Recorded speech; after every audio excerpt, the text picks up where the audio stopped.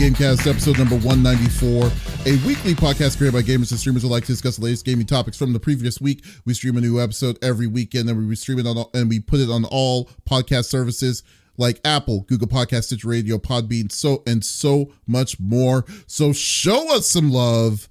Do us a favor, give us a like on Facebook and subscribe on YouTube or subscribe on YouTube, the CFG channel, or follow us on Twitch, or go to our main website, confreaksandgeeks.com, to not miss an episode. I am Mr. CFG Games himself, Davis Green, and with me today, I got my two awesome co-hosts. I got Lex in the second seat. What is going on, my cyborg? Well, I didn't do gaming, and I'll tell you why. Because I flew Ravage out, my moderator, I think for at least the last 4 years, because I think I've been streaming longer than that, maybe 5, 6. 2018 is when I started, so you guys do the math. I am brain dead at this point. This is my second, fourth shots of espresso. I've had 8 shots of espresso. Anywho, Ravage was in town. And we had a long weekend. I had a wedding. We had Smitty's birthday. We had a concert on Sunday, which was fantastic. We went and saw Baby Metal and Death Clock. So if you were a Adult Swim fan, you've seen the Death Clock. You know, he does all the voices. Face Bones like pops up on the screen. Like, it was just a very interactive show. We didn't take Opie because I couldn't find her comfort hoodie ear coverings. And I tried a bandana and like patted it, and she kept like taking it off. But where we were sitting at the Pearl Theater, if you are ADA like myself, the way they have you sat, you can see the entire area. It's a fantastic seating. If you have a service dog, no fear, their ears not gonna get hurt. I didn't even need to wear my concert earplugs, which are a thing. As we get older, you need to buy them. Even younger, you'll lose your hearing every time you go to a concert. So please invest in them. They're not expensive. And they make it so the sound quality is actually better if you happen to be standing too close to like a certain speaker. So I didn't stream while Rav was here because I was like, you know what? Let's just, you're disabled. I'm disabled. We're exhausted from hanging out with Smitty. So let's watch some movies. And it turned out he hadn't seen No one can keep up with Smitty. Dude, I can't even keep up with Smitty. Well, I pretend I can keep up with people, and then I don't tell them like, oh, I've been in bed for 2 days and I can't move and my hip is locked up. Thanks. But I'm not getting 1, not 2, but 3 massages this month because my body has been in so much pain. And she's Paulette. I love you, girly. So we just hung out. We had a lot of fun. I did a lot of research on like new games to play for the spooky season because I really do want to get back to a normal schedule. Things have died down, but now of course Mr. Herman has decided to fall apart on us. So it's, you know, It just sounds like you have a lot of stuff right? going with. Yeah, no kidding, man. That's crazy. I mean, I essentially, like, with all you guys have followed along with my Dead Dad clubs, everything as far as like his storage unit, we're done with. So that's extra money in our pocket every month. I'm helping Jared fix up my dad's house. That's no money out of my pocket. And so basically we're able to get ahead financially now, which is great. But it feels like we fixed 10 things, and then something important like Herman, my dad's kitty, has decided to, and it turns out he didn't have cancer this whole time. He just had warts. Ugh, gross. That's nuts. Well, they don't feel gross. They just feel like little moles on his body. And we're Don't like, have to go into it. Thank you. Oh my, you hate animals. I take moles over cancer. Yeah, that is true. That is very, very He's right true. there. There's Mr. Herman. He's stumbling Remember, around. Can't see it because it's great. It's got a rectangle. You could do my screen. You could switch. I could, but I'm not. I know. You're a D-I-C-K. Oh, come on. Anyways. Boom. Boo. But Lex. I could pop out kids in it. You know who's not a D-I-C-K? You know, you can't say that. Oh, I've got one. Wait, Okay. why is something popped up on my screen? You know who would not have a litter of kittens if he had a choice between a human and having kitten babies? His name is so random. Okay. The 5-star general of the itty bitty Smitty committee. I got Smitty in the third seat. What's going on, my dude?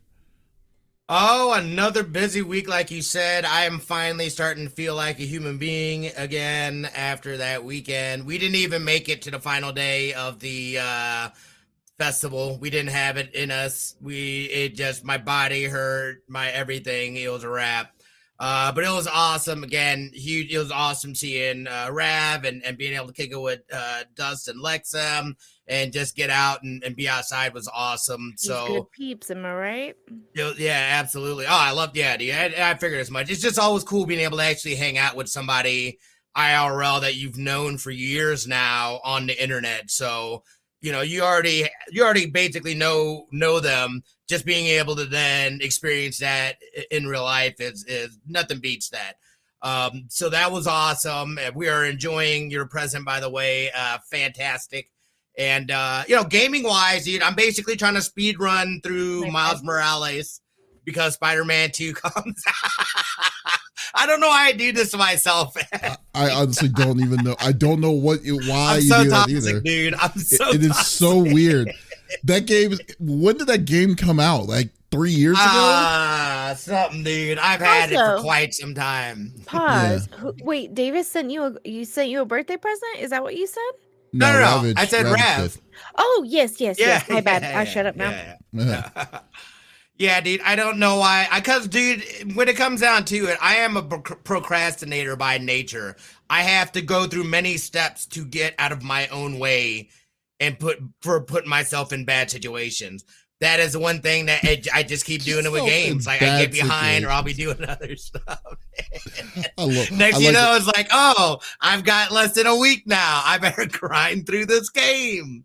And then my sleep schedule's been kind of weird too. So like, I don't even even when I'm gaming, I have to get up a lot of times or go do something or go and burn one or whatever. So like the sessions get broken up and stuff like that. And it never goes as quickly as I want to, but I'm trying to speed run it, but I'm not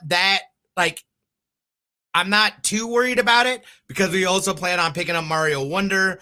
That's going to be a family game for sure. And I know we've talked about potentially playing it, doing a stream of it as well. Lex, I'm really pumped about that. You actually brought that up. Lex, you have a Switch, right? Do you have a Switch? I do. Mm-hmm. Okay. We were wondering about it the other day. Yeah. No. I was I'm pretty sure she does. Yeah. Because I kicked Doc's butt when we played it's the game where it's, and then Mario Party. There you go. Yeah. We played Mario Party and I kicked Doc's ass twice and he was really upset because I had never played before. But yeah, Adam and I were on our little tummies because the boys were Doc and Smitty were streaming. Adam and I, it's our Sunday night, so we weren't planning on staying up late, but then we all got really competitive. And Adam and I are sitting next to each other on our stomachs, kicking our legs back, being all cute, playing on our Switches. And then I got stuck like that. But yeah, I do have a Switch. Why? What's coming out for Switch? Well, because we were thinking about Mario Wonder and Mario Wonder.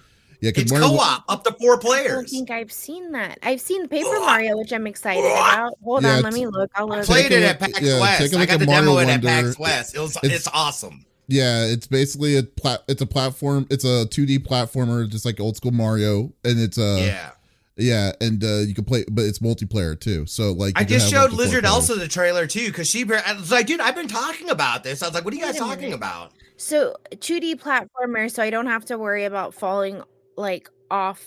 Well, you can still fall. Really? You can still fall off stuff. You can still fall. Oh, this is gonna be bad. But think of old school Mario, old school Mario. Okay. It's old school Mario. Kind of Sega, like the Lion King game or Aladdin, that type of platformer. Those were hard games too, dude.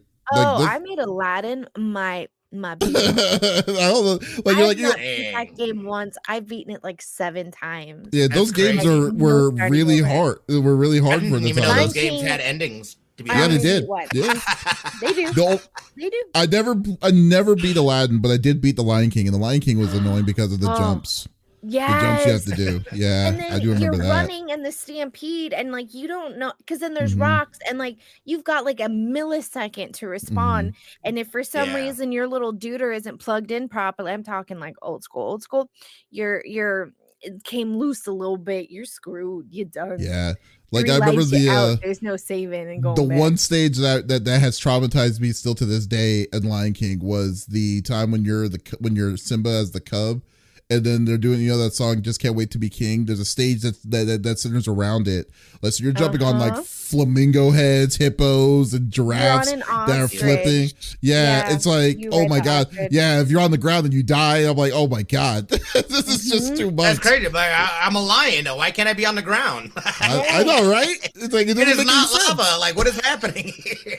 The floor is lava. Maybe that's where it started. Yeah. It's too much logic. That's like, what it is going on right now. Yeah. So no, it was crazy though. But no. But yeah, other than that though, focus on itty bitty gaming news. If you haven't had a chance, check it out. It's on YouTube. Just launched the podcast for that as well. So if you want daily, weekly little snackable bites of video game news, make sure you check that out as well. But all in all, it's been solid. Glad to be feeling good again. What about you, brother? Yeah, man, I've been doing I've just been really busy too myself. I'm actually trying to finish up some of my RPG log right now, so I kind of came back on Tales of Arise. I also been having an issue that I needed to take care of with the overlays here on CFG Gamecast. So we actually have a brand new set of overlays that I worked on. That looks actually, like I said, looks pretty nice now. So was working on that as well as just doing going through my regular job hunting while playing some Marvel Snap, which I'm about to be rank 100 again. So that's going to be nice. I need to get on it. Yeah, I've been like, it's been really surprisingly like productive this week, surprisingly enough for me. So like I just got to take care of a couple of more things. Waiting and then waiting for some I'm kind of on the fence though. I've been debating if I wanted to file for unemployment or not, but like other than that, it's not that bad. But if I do, I've kind of been on the pros and cons on it so far, but it's all good. But it does but my Tales of Arise time, I've been doing a lot of been getting a lot of stuff done there, so I'm actually surprised. Blue Spears. I saw you've been streaming it. Yeah, I'm not familiar with that series at all. Tales? Oh yeah, Tales has been around forever. Yeah. It's a hit and miss. The one thing is that the game used to be multiplayer, but this one isn't. This one's a single player game. So this one's pretty fun. Yeah, because the all the stuff that you're doing is it's mayhem. Well, when you're doing the fighting, it's just random mayhem that's currently happening too. Oh, I also forgot. I also did an interview with Jennifer Hale that we just released. I was literally just about to say that. Yeah. Yeah, it's like I'm just doing it like a side thing. Oh yeah, that's right. I talked to Jennifer Hale too. Like, yeah, we have the I did the podcast interview with her on the other podcast, Pop Culture Gems, that is now officially out for free. You can check it out on all podcast services, or you can go to our YouTube page, the CFG, to check out the interview. She is a really cool, down to earth person, and then I had a fun time interviewing her. And then next week we're going to have a special interview with talking to some of the voice actors that were a part of Spider-Man 2. So like I'm going to be talking to them as well. And you can get that interview early. Stephen O. Young? Yeah, Stephen O. Young. God, Stephen O. Oh, I love that dude. Yeah. Dude, he is so cool. Yeah. I love that dude. Dude, I will say this. Everything that could have gone wrong on that interview went wrong. Like oh no. Like it was terrible. It was ridiculous.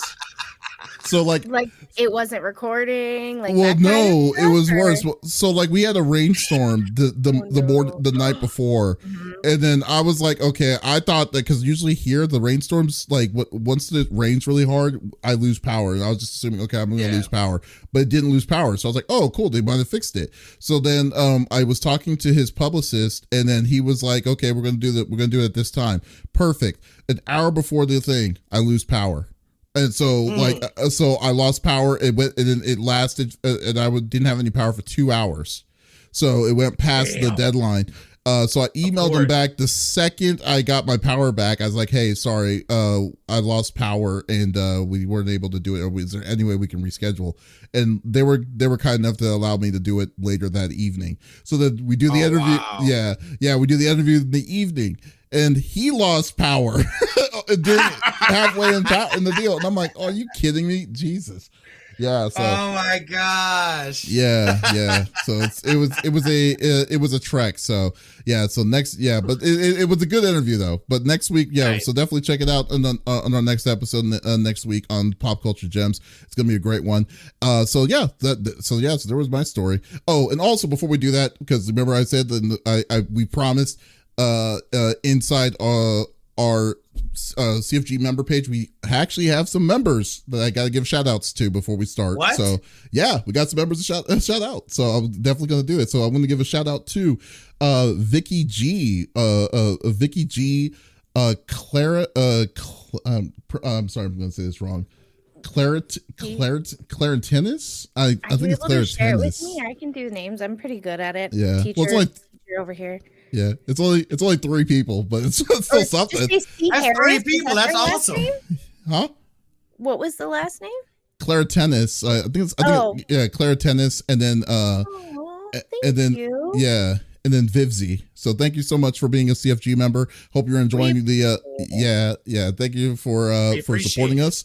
Yeah, and just to let y'all know, if you the more CFG members that we get, the better the chances we're going to be able to do some more content, which we really like. I have something in store that I think folks will definitely love us to do. So yeah, guys, thank you so much for being a part of being a CFG member and supporting us. So thank you. And just a friendly reminder, if you are sub to us on Twitch, we would appreciate it if you stopped that subscription and then became a member on our storefront, because A, you get a lot of extras, and B, half that money isn't getting taken away. So we can pump out more content for you essentially, and then you guys get to see it first. So exactly. In reality, it's the same amount of money, but it takes you further, if that makes sense.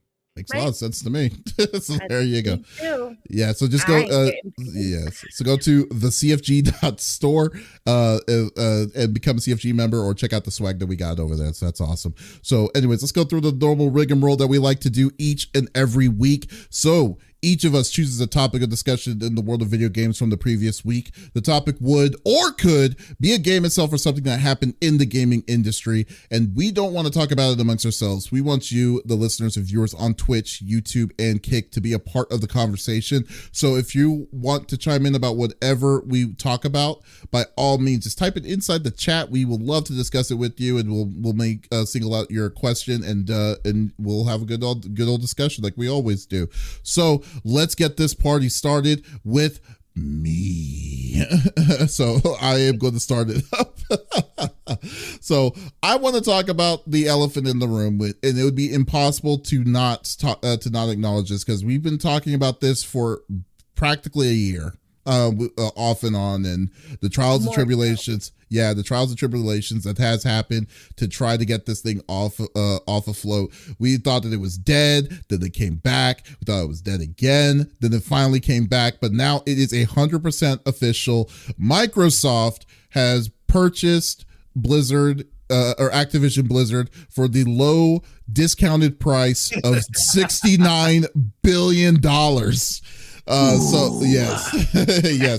So dollars stolen money. Oh my goodness! It basically pays for itself. I mean, yeah. So though it is amazing that they finally did it. So they've been going through a lot of hoops and hurdles. The biggest issue was because of the made it more complicated was Sony deciding to put their foot down on saying that it was going to be an issue of competition if they bought Blizzard Activision. So besides Sony being a roadblock, the commissions over in England being a roadblock, as well as some other ones, they had to do some tweaks and turns so they can get this to go through. But they finally did it. They announced this officially yesterday at this time of recording on Friday, October 13th. Saying that they're now part of the Xbox family. So what does that mean for everyone else? So now, well, for me, awesome that it's done. I really kind of don't care overall. The only thing I cared about it. Well, you know what? I'm not tired of talking about it, but rather because now we know it's done. like at least we know that there's not any hoops or hurdles that it's doing that it's going to go through. We know they finally got what they wanted, and it's done. We can move on. The big thing I cared about is saying goodbye to Bobby Kotick and all his yes men on that deal. So Kotick right now right now and I feel like this is not the last we're going to see of him. I think I just feel like we're going to see him in a different kind of light, just not Blizzard Activision. Yeah, I feel like it. This isn't the end of his villain arc. Yeah, I know, right? This is just the beginning. His last day at Blizzard Activision, he goes away like in Austin Powers, like in this egg-formed rocket into the sky, that kind of thing. That kind of thing is going to happen. Yeah, maybe it's made by the who just shot off a rocket that looked like a man's appendage and it blew up. Was that Amazon? Oh, it could have been Elon Musk. It was probably Elon. So maybe he'll go out in a blaze of glory and not realize possibly. It. Sorry. Who knows? Has a cowboy hat. Yeah. But but like so Bobby Kotick is going to be officially leaving the company at the end of the year. He's going to be there for the transition for the next 3 months, and then at the beginning of 2024, he is quote unquote stepping down as CEO of Blizzard Activision. So so that's probably the best news out of from all of this that's currently happening. But I guess the biggest thing though too is also how's the integration is going to happen, like the interaction between Activision and Blizzard games to Xbox's Ether. Currently, it's going to stay the way it is for right now. It's going to take a while. Then 2024, that's when you're going to start seeing more more integration with the Xbox Live. Xbox Game Pass integration with Blizzard Activision. But from what Microsoft says right here, because this is a quote on Microsoft's webpage from the merger, under the restructured transaction, Microsoft will not be in a position to either to release Activision Blizzard games exclusively on its own cloud game streaming services, Xbox Cloud Gaming, or to exclusively control the licensing terms of Activision Blizzard games for the rival services. So that means that it's still going to be, they're still going to acknowledge multi-platform games like Call of Duty. The big one's going to be Call of Duty for them, and other games on other platforms, but they won't have any full control on making it exclusive for. To be honest with you, I don't know how long it has to be a certain period of time for them to be like, okay, now it's going to be safe for us to do this. So we'll see. They probably have to ride out their established contracts that they already have going on. Mm-hmm. And then once those are done, then they'll be able to fully make decisions. They just have to see through the contracts that they're currently in, would be my guess. Well, then again, though, too, but here's the thing, though, too, because remember one of the biggest problems was that people were worried about, especially the commission that was happening in England, was that they didn't want Microsoft to publish cloud service gaming through them because that'd be too much of an edge. So they have that Ubisoft agreement that they had to sign that with Ubisoft to be publishing games through a third party. So they also go in depth with that a little bit. They're saying that agreement provides Ubisoft with a unique opportunity to commercialize the distribution of games via just for the cloud streaming services itself. So they're going to get a little bit of a cut from that too, which is very interesting towards that.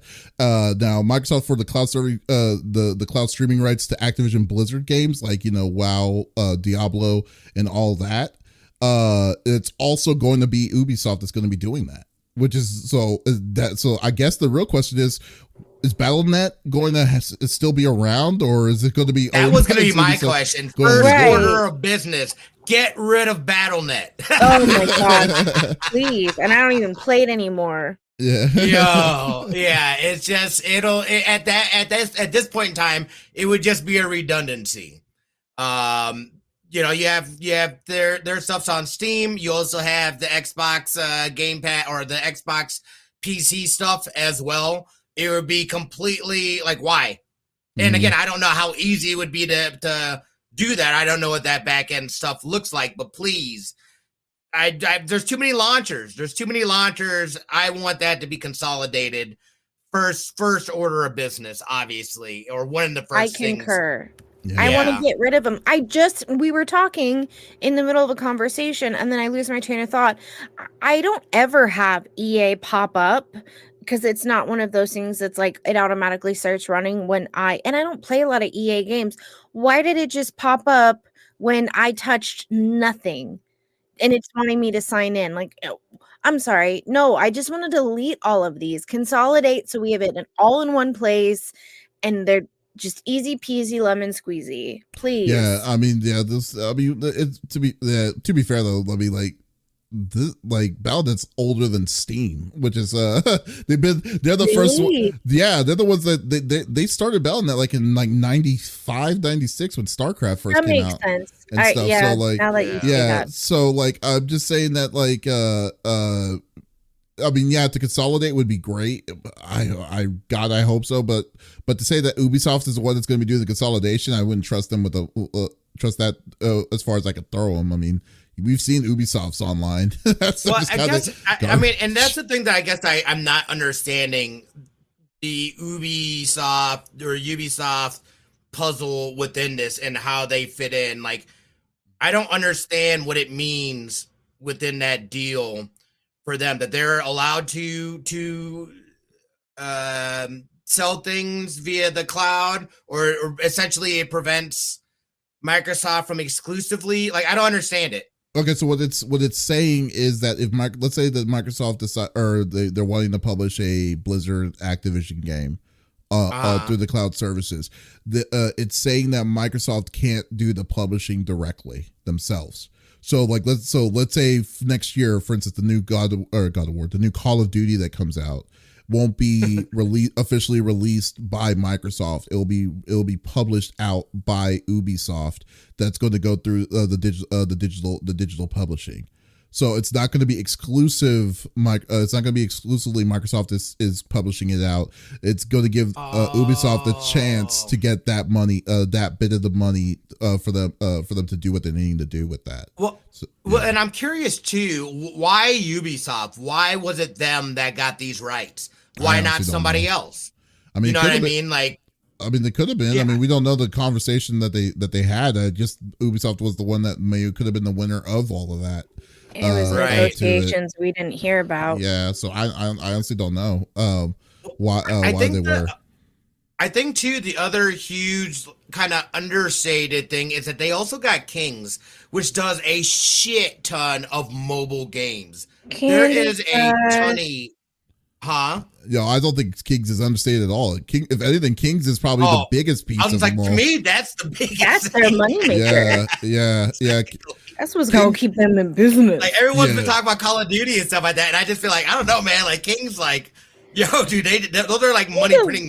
Like, think of all the stay-at-home moms that play Candy Crush from the moment they wake up to the moment their kids fall asleep at night, and in between when they're at school. Candy Crush is huge.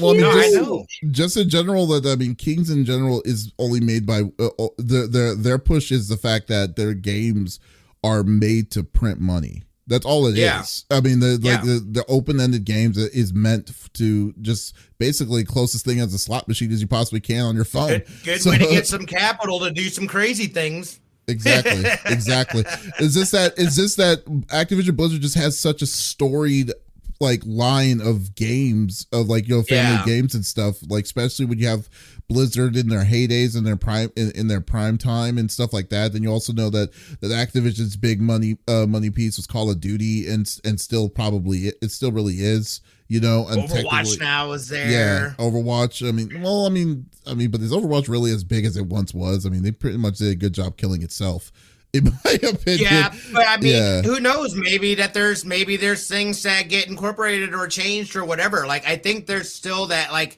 that's kind of like the excitement to me, is that we don't know. We're talking about IPs that can get revived. Microsoft has money to be able to do things like that. So we'll see what they look to do with all these new IPs that they've acquired. But to me, it's really exciting. I think it could, moving forward, again, this is the point that we're getting to a point where we can no longer say that, and not because they're developing them themselves. They've just gobbled up a bunch of studios, but you can't really say that Xbox doesn't have games. They still are looking to build that out, but hell, man, they've got a lot of stuff under their belt that they can do what they please with now. I'm just saying this. Which is interesting. I will say this though, because like I think that even though that Microsoft did buy Activision, Activision Blizzard, great thing that they did, it still will take time to change that culture of the of what was left with that Kotick did on the from this company. So I guess the thing I'm really kind of wanting to look out for is to see how they will do better on like what they're expecting to do, because like they need to obviously upper management is gone. There's no way that I could see, like I already said that like I knew Kotick, there's no way Kotick was going to stay on, as well as the board and stuff that was letting him deal with whatever they're going to take their money and they're going to leave. But then at the same time, they're going to have to place people that they know that they're going to trust, that they're going to trust to see if they're going to kind of get back at it to make Blizzard as good as it once was, you know. So I'm sorry, what were we going to say, Lex? I almost wonder, and someone did ask me about it, because I get sent a lot of like gaming news stuff through like Day and Night and things like that. And he's not here right now, but he had like posed a good question. He goes, since Bobby's gone, do you think Microsoft will ask those who were the heart of Blizzard and really into keeping the company alive and putting out great content, if they will try to get them back?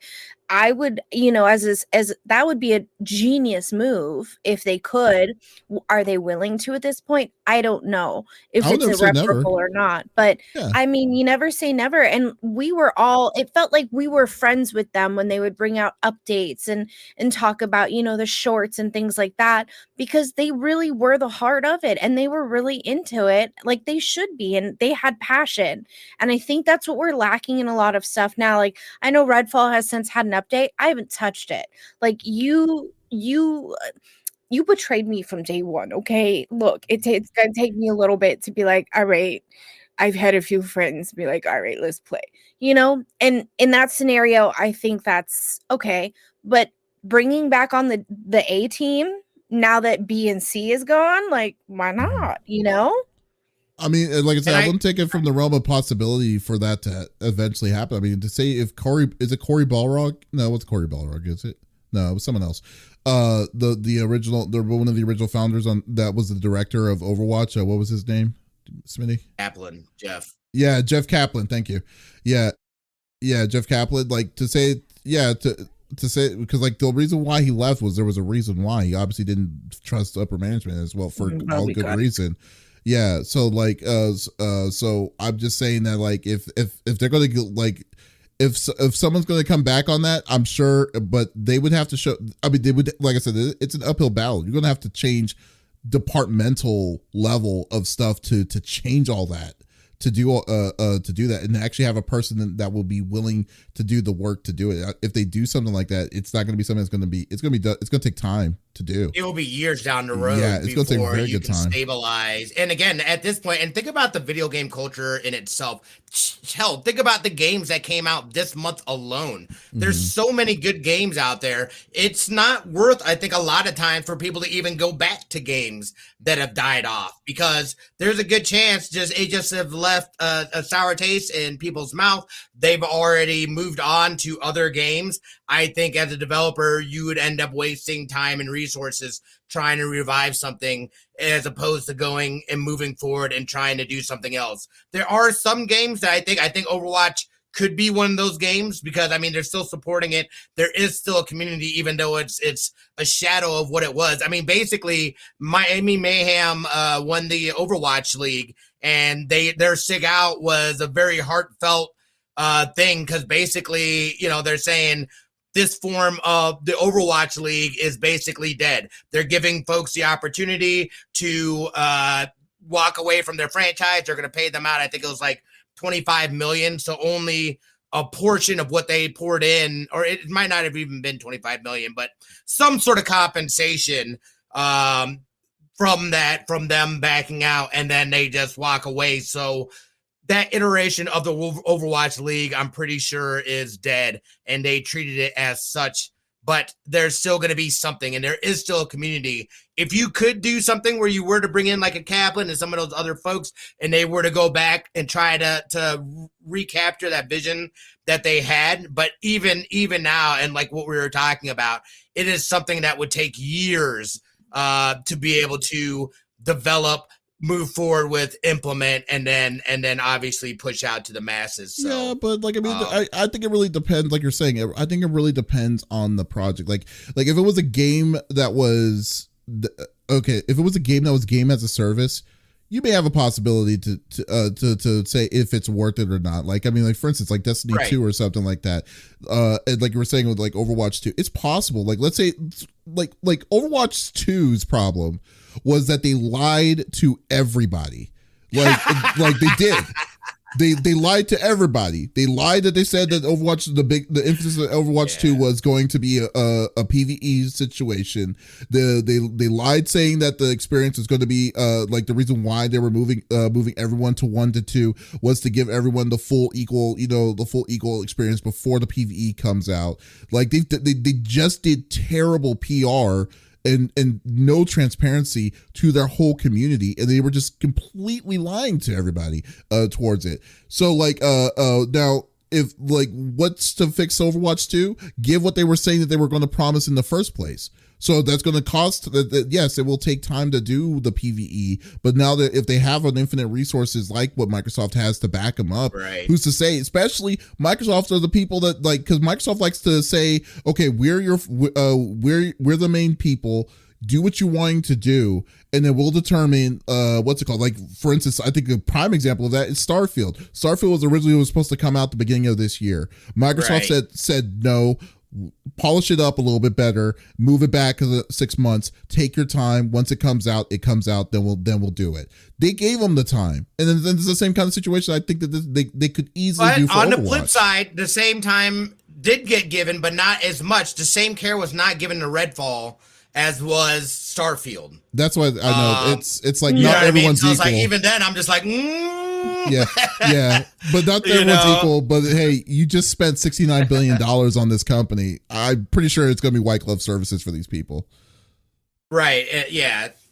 There was something else. Oh, I was gonna say another example kind of that is that look at Counter-Strike 2. Counter-Strike 2 launch. They have since come back, and again, this is free to play, but they've come back and said they are no longer gonna support Mac OS at all or 32-bit operating systems moving forward. They said so. They've created a frozen state of CS:GO that folks can do, and they have until December 1st. To get a refund if they made any purchases within CSGO, because they forced everybody to Counter-Strike 2. They, so they're going to go back and retroactively do that. That in itself, like, I think that is the difference. There's at least an opportunity to be like, oh, let me then go back to this state and erase this money that no longer is going to work. The fact that they're not even going to worry about Macs. I was like, gosh, damn, that should tell you a lot about Mac. Apple and gaming. Here's the thing too, as far as Macs, I've never been like, oh yeah, let me download some of my Steam. No, right. I have a Mac. I love my Mac, but my Mac is for separate things, right? Like I've always treated my MacBook Air as that's my computer that I do like work on, like spreadsheets and when I did do a little bit of photoshopping back in the day for a company I worked for, they required that we had our own Mac, and they compensated us for purchasing them. But my Mac has never been like, oh, I'll just game on that. Absolutely not. And unless it's like, solitaire. That's it. But there's a lot of people that do game on Mac, and it makes like literally 1% of their market. Hence why they were okay with doing this. So it's not a big amount of people, but there are people. I feel bad that, again, I feel like Apple's kind of always gotten the shaft when it comes to gaming on their system. But they don't seem open to working with companies more or less when it comes to that kind of thing. iPhone, that's a separate thing, but when it comes to like Steam having availability for Mac Store, like they don't seem like they really want to work with companies. It's our way or the Right. highway, which is fine, but you can't get mad when it's 1% of the player base that are using Yeah. Macs to play. Absolutely. All And right. not only that, but they also gave them a solution for it as well. They're like, look, we're going to keep up with the technology here. We're going to give you guys a frozen state of CSGO that you can use, and you have until December 1st to issue you a refund if you've paid any funds towards this. I think that's fair. But at the same time, I understand why them as a company are like, look, dude, it's too much of a pain in the ass to try to keep up with this old technology. We're just going to stick and move on where the technology is and where the majority of our user base is. So just a big difference from what we experienced with Overwatch 2 and how they handled things. So Well, yeah. Well, huge though, huge. Closing it up, though, I will say this: I think we'll definitely need this. We're definitely got to see where they're going to go with this, and maybe hopefully the last time you'll ever hear it from this show. Fuck Bobby Kotick. So there you go. So Lex, fantastic. Are you still messing with your necklace this whole time?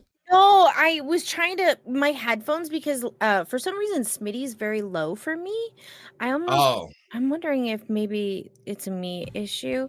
I mean it was at 95, but no, that way because they're the ones that reverberate in my ears. I was clipping it to the back of my head so it would quit slipping every time I put my head back to relax.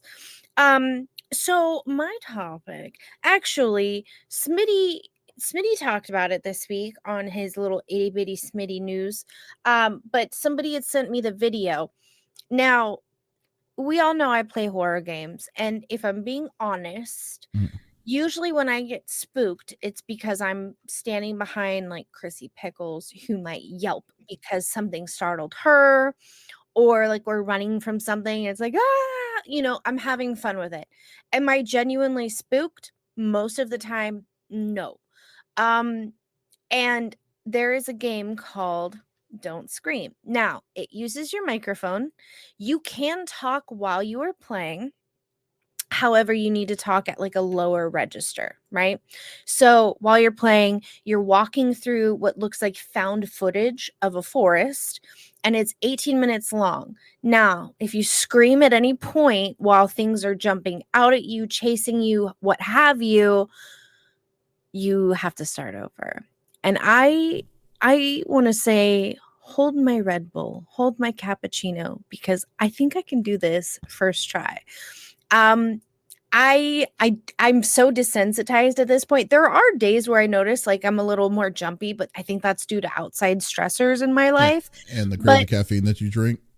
Well, I do drink pre-workout, but I just had a cappuccino and calm down. Look, my dad had like an antique cappuccino machine. I'm so proud of myself. I figured out how to make it work. But anywho, I didn't drink any pre-workout today. So like, I'm kind of like, I'm ready for a nap here. Now it keeps saying early access when you look at it on Steam, but that isn't going to happen until October 27th. So if you've seen this game and you see what looks like people playing it, it doesn't seem that anyone has had access to it yet. Now it is an independent company. We'd kind of, where did my Steam page go? Give me just 1 second. I lost it. So let me give you a little synopsis. So it will say when you go on to like, where it says like on Steam, like add to wish list, following, ignore. Yeah. You can add to wish list. Now, usually if it's early access and you're able to play, even if it's more of a shortened version, it'll have it on that line next to view your queue in between the on the wish list. Underneath it says early access, get instant access and start playing. I don't see anywhere that is possible, even on their Discord, none of that. It seems that October 27th is the official gameplay reveal. Now, they did show some gameplay on October 13th. But let me give you a little about the game. Before buying, this is a short horror experience designed to make players jump. Think of it as a scare simulator. Don't expect a storyline, just one primary challenge.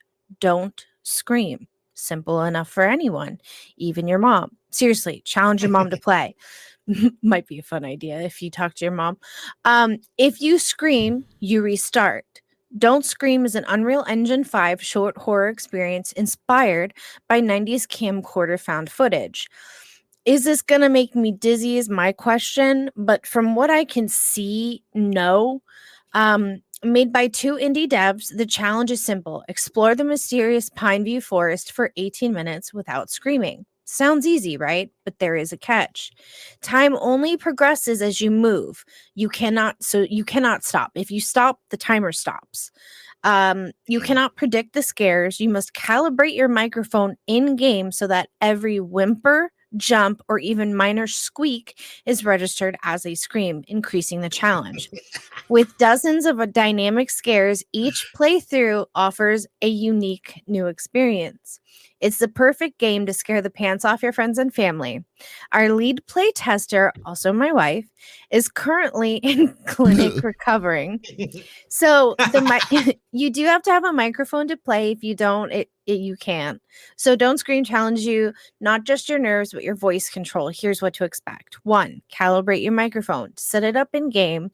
It's not just text stuff. It defines your challenge. A mere squeak or quiet should be flagged as a scream, causing you to restart. Mind your voice. You can talk during gameplay, but keep it low. So slightly softer than your normal. Similar to this. Too loud and it is game over. See, I was going to say, like, it's going to be virtually impossible to stream this if that's the case. No. Well, it's only 18 minutes, right? So think about it. If you're 5 minutes in, you scream, you have to start over. You can talk to your chat, play fair. You could bypass these calibrations to shout through scares. And it shows you, like, this is where you can talk and you're okay. If you gasp and it goes over this little line, then game over, right? So play fair. You could bypass calibrations to shout through scares, but it would spoil the thrill. For a genuine horror experience, play it as designed. Disclaimer: we accept no responsibility for any underwear that may become unusable should you play our game. Love it. So again, October 27th is the early access. I'm stoked. It is on my wish list. I will absolutely be playing this. Hold my Red Bull, hold my cappuccino or my latte, because this girl, I will drink pre-workout to get me amped up, which makes me a little jittery. And sometimes my nerves are a little heightened. And I think I can bypass this first try. What do you boys think? Obviously, I don't think Davis wants to touch this one, but I'm curious as to your thoughts. Boys, please regale us. This is not a game that I would be able to do. I would never be able to finish it. I can tell you that right now. We're playing Labyrinthine later, so I think it would be perfect for Smitty while he's drinking his IPAs of what's it called? I think part of the challenge too is talking throughout at the same time as well. That's why you calibrate it properly so that it registers the gasps, screams, all of that. And I think as a streamer, I'm just putting this out there. If you are going to stream this, every time you go to start your new stream, you need to calibrate this in front of your audience, or they can call BS on you. You know what I'm saying? Yeah, I agree. Yeah, I mean, well, I mean, no, this is definitely not my thing. But like I would totally be like totally. Yeah, that's it changes each time too, right? It's not the same. Like every time is a new one. It's not like like it sounds like it might be procedurally generated in terms of like when the scares happen and stuff like that. So you may see the same characters, but not at the same time frame in a different round, or maybe you don't see that scare for 5 rounds, or however.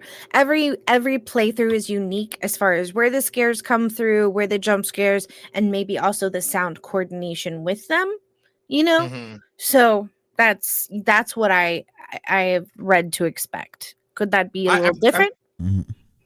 I'm curious to see how much this is going to cost. How much would you say that this would be worth to you? What would you be willing to pay? $5 or $10. I mean, it's an 18-minute game, you said, right? Like, there's no way that it's correct. It's no way it's gonna be super expensive.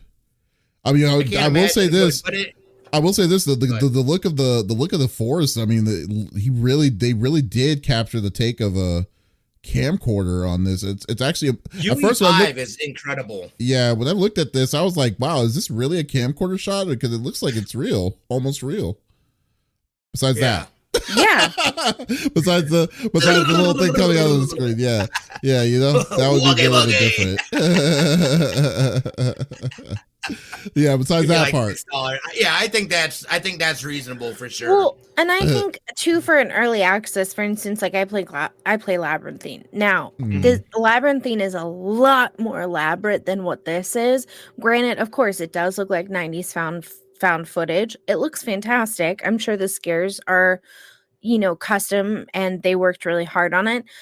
I would expect $15.99 and under. Just because you know what I mean? Like, it's an 18-minute game. Obviously, you can play it over and over and over, and it's a different experience almost every single time. However, I think for what it is, I would expect $8.99. But if it's between, if it's up to $15.99, I'm still willing to pay for that. So it's really more for us horror gals and ghouls and guys who enjoy these games, what you're willing to pay for something like this. But again, I play a lot of early access games like Devour, Labyrinthine, and they are all $9.99. So I would be shocked if it's more than that as far as price range goes. But yeah, I mean, we'll see. This is definitely up your alley, though. It's not, I was going to say the fact that it's early access too means that there's got to be some sort of plans to develop it into more than what it is. So I'd be curious to see this. I think this is just the first snippets of a much larger project. This game absolutely needed to come out before Halloween. That's why it's probably early access is 27. Yeah. You know what sucks though is the next day is Alan Wake 2. Oh yeah, that's right. Yeah, dude, October is jam packed. Jerks! Like, why did y'all do that to me? Next week alone, I mean, you got Mario Wonder. They moved it because of Spider-Man and Mario Wonder, because they were originally supposed to be the week of the 20th. And Sonic.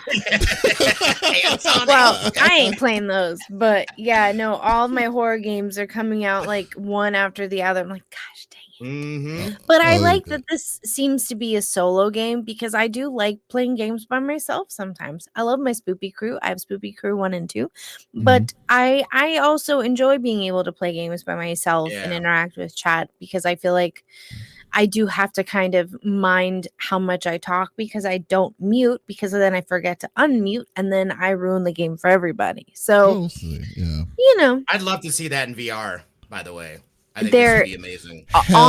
If you look in their Steam, in their community tab, people are asking, will this be in VR? If it goes on VR, I will be also playing it in VR. Yeah, oh my God. I would. But I will be sitting, calm down, easily watch people play that game. Yeah, I don't know. People do it. People have to be reminded. Yeah, no, you have to do it. You have a VR setup already. It's just waiting for you to get in, but you're like, nope, not doing it. I will watch people in VR. Not me. It's like, hey, that wasn't part of the rules. Yeah, that's too close. That's too close. Yeah, that's too close. That's way too close here. Yeah, no. Oh, that's right. Nightmare says I would not be able to play this game. I would be too chicken crap to play this. I can't watch anything that's camcorder POV. I would agree. I'm shocked because Mick would not be able to play this. She would just stand still. Nightmare, I feel like would be like, you know what? I've had a few cocktails tonight. Screw it. Let's try. I would happily play or be in voice chat with you, Nightmare, while you play if you do want to play it. But yep, that was my topic for this evening. All right. From my spooky crew. Smitty. Yeah, we're going to make this quick. Close us off. What do you got? Yeah, so obviously, I'm sure you guys have heard the news. PlayStation, Sony has announced their PS5 Slims, both the disc and digital version. There's not a whole lot of changes. I would say, I mean, just out the gate, I think if you already own a PS5, I'm not even looking at the Slim. However, it might be a good time if you haven't gotten one yet to jump in now. They're both going to have a terabyte SSD, which means you're going to probably end up with like 800 and something gigabytes of actual usable space that you can use. However, you are still able to change out the drives. There are internal drives in there as well. It seems like they did something with the panels, and they've even come out with things for like the side panel colorings for this stuff. They're looking to basically, these are going to phase out the big clunky PS5 versions. The big thing though is that the digital for this is actually like $50 more expensive than the big digital. There's also a separate optical drive that you can buy for it for $80, which actually puts you above the price for the PS5 with the digital already, or with the disc already. So make sure if you're, it just doesn't seem worth it to me to get the digital. If you're going to lay down the money, get the disc one. It's kind of weird. It also comes with a horizontal stand, but not a vertical stand. It's an extra $30 for the vertical stand, which is weird. This feels very Apple-ish to me. Like, I'm not even going to give you all the pieces that we used to give you, but you can purchase them separately at the low Sony price of $30. Wait a second. With the original, it came with the stand already included, right? Well, it does come with a horizontal stand. This one will not come with a vertical stand. The one for the base was both. I think you could do it vertically and horizontal. Yeah, they did both. Yeah. Sure. Okay, first off, I just don't understand. It doesn't make any sense to me on their pricing. Like, okay, so because like I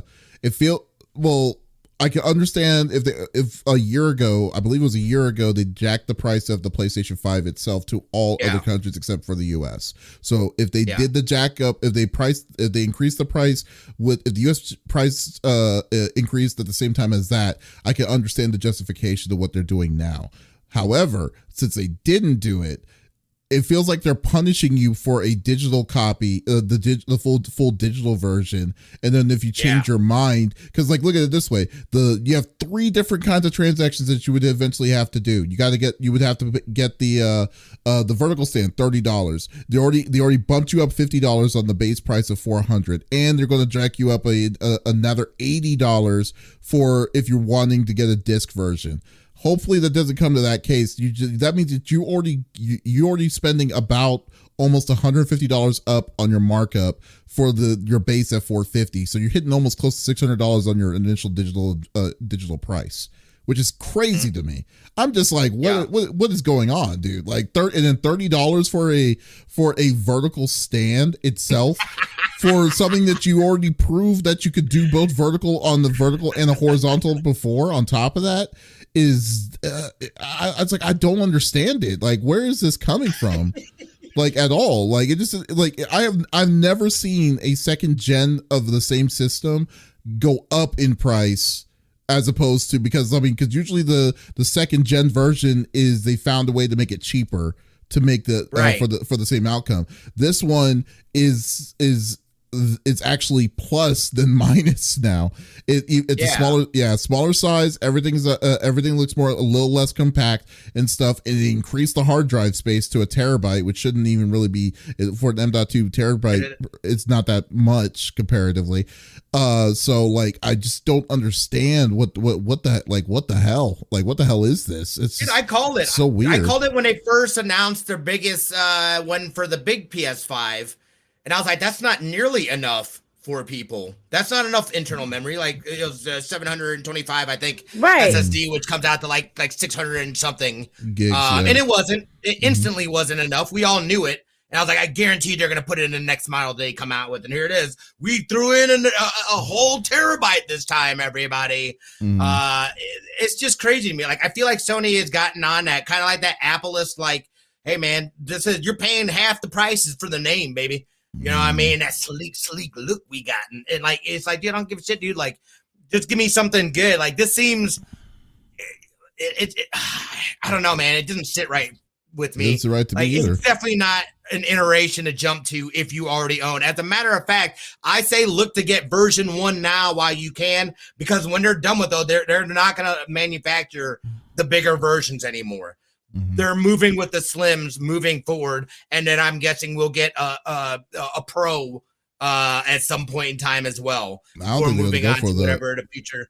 I don't think they don't really need a pro, to be honest with you. I mean, like, they don't need it, dude, but they'll do it. If they can scrape more money out of people, why wouldn't they? We're already at year 4 on the PlayStation 5. I mean, you don't think that they're going to be already thinking about the next gen after that?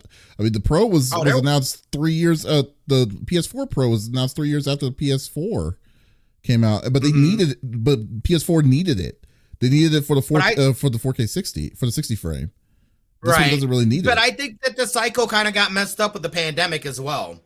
And I don't know that our typical life cycle of consoles, I don't know if that applies or if they are applying the same rules as they did before, simply because of the issues with the pandemic. It was almost like, even though they launched, it was almost like they lost like a year and a half worth of regular stuff, although even though governments were throwing out money and people were able to do it, but then they had issues with getting chips and manufacturing and stuff like that. So I totally understand that, but I wouldn't, I'm still not 100% convinced that they don't do that and they stay along the same track for the life cycle. So wait a minute. Let me get this straight. So $4.99 for the regular PlayStation. How much is the Slim again? $4.99. It's $4.99 for the one with the disc. The problem is the discless one is the one you're going to be paying a lot more for in the long run. Because like the discless one used to be $400 at the market. So if you're wanting to get a discless one, we're saying try to get one now because it's at $400. And then, but if you wait and you get the slim version of the discless one, it's going to be $450. It's $449.99. Then on top of that, if you want the stand, sense, right? Then on top of that, if you want the stand, so let's say theoretically that you're not worried about any disc product anymore anyway. So you're going to stay discless. For $30 more, you have to buy a vertical stand if you want the system to go vertical. Because to be honest with you, I think more people put that PS5 vertical than they do horizontal, in my opinion. I would assume as much. Do you, Smitty? Yeah. So mine's vertical. But I love vertical more than the horizontal version of it. So so something that should have been prepackaged, just like you were saying with Apple, like they should have put a charger on their phone. They're saying that you have to charge extra. They're charging. Well, you y'all extra got so many chargers anyway. We're just gonna stop doing it. Yeah, I know, right? Now they got lazy. Now they're on USB. You remember FireWire or whatever it is? Now they're like, oh no, yeah, we're going to use USB-C now, like everyone else now. It's like, so now you're proving the point that what everyone said that you could have done a long time ago. So no, I'm sorry. Dude. Yeah. You just wanted to be dicks about it for over the past 15 years. Yeah. So no, I'm sorry. Yeah, no, forget Apple. Yeah. I feel like I need a not only is it like that, but we're just thinking in terms of the United States. It's even more expensive in other countries because on top of this price increase, they already had the price increase from before, like Davis was talking about from a year ago. So it's like even more expensive over there. To get this stuff. It's crazy, man. Like it is crazy, but you've got all kinds of these weird peripherals that they're coming out with. They had the earbuds, they had the other handheld thing, which again, they sold out of those things. Like apparently I'm underestimating. I'm underestimating the Sony fan base. I thought it was going to fail. It was going to flop and fail and fail and flop, and it did not. Wow. So they like Apple, look, dude, we can put out a turd with freaking PlayStation on it, and people are going to buy it. You know what I mean? That's just that they are at that point now. I totally and we are seeing it selling a vertical stand. They're going to sell out of vertical stands. Yep. What were we going to say, Lex? Well, and I'm always somebody that if for my PlayStations, I've always liked having the disc option because if we lose internet or power, I have a portable charger essentially that I can plug my PlayStation into and my TV, and I can watch a movie as I fall asleep without having power. Exactly. So I've always gone for the disc version. Me too. First off, the Slim doesn't even look that much smaller. What is it? Inch it's smaller? It's 20% smaller, 25% or 30% smaller or something like that. Take your 20% and shove it up your butt. No, I'm good. If I get a place, I mean, I get it because the PlayStation is freaking huge. Like, it's ridiculously huge. I can appreciate that. Here's my thing. I'm very visual, so like you guys are talking prices. I'm comprehending this, but then I need like a spreadsheet. Like, how much was the original? How much are you going to pay for the Slim? Plus, if you get the accessories or just by itself, can I see a side by side of the difference? You know what I mean? Like, I'm one of those people. Here's a thing from the blog, from their blog, directly as well. Yeah, but well, I mean, it's not, I mean, I think it's not going to slow it down in any way. People are going to buy it. It's going to be for me, is if you don't own it, you know what I mean? Like, or if you were thinking about it and you were thinking about going discless, I would get a discless version 1. I would just get a version 1 in general. Essentially, the version 1s are getting phased out. I prefer these are going to be the only version of PlayStation 5s that you'll be able to get in the future once that stock runs out. So just keep that in mind moving forward. Yeah, that's true. Folks, thank you for listening to episode number 194 of the CFG Gamecast. Thank you for being a part of the conversation as always. We will be back again next week with a whole new set of different kinds of topics that we would love to discuss with everyone here. But if you did miss out on this episode today, that's perfectly okay. We release it on all podcast services, Apple, Google Podcasts, Stitcher Radio, Podbean, everything at the beginning of each and every week on Monday. So also do us a favor and just give us a like or a check mark of +5 on the podcast reviews. Those actually do go a long way, so appreciate it. So there is absolutely no reason to miss out on our sexy voices. No, there isn't. Guys, also be sure to go check out Pop Culture Gems. We just released a new episode of Pop Culture Gems, talking to the legendary voice actor Jennifer Hale, which we had a really cool discussion on as well. So definitely check that out. But in the meantime, this is Davis, Lex, and Smitty signing out. Y'all, take it easy. Bye.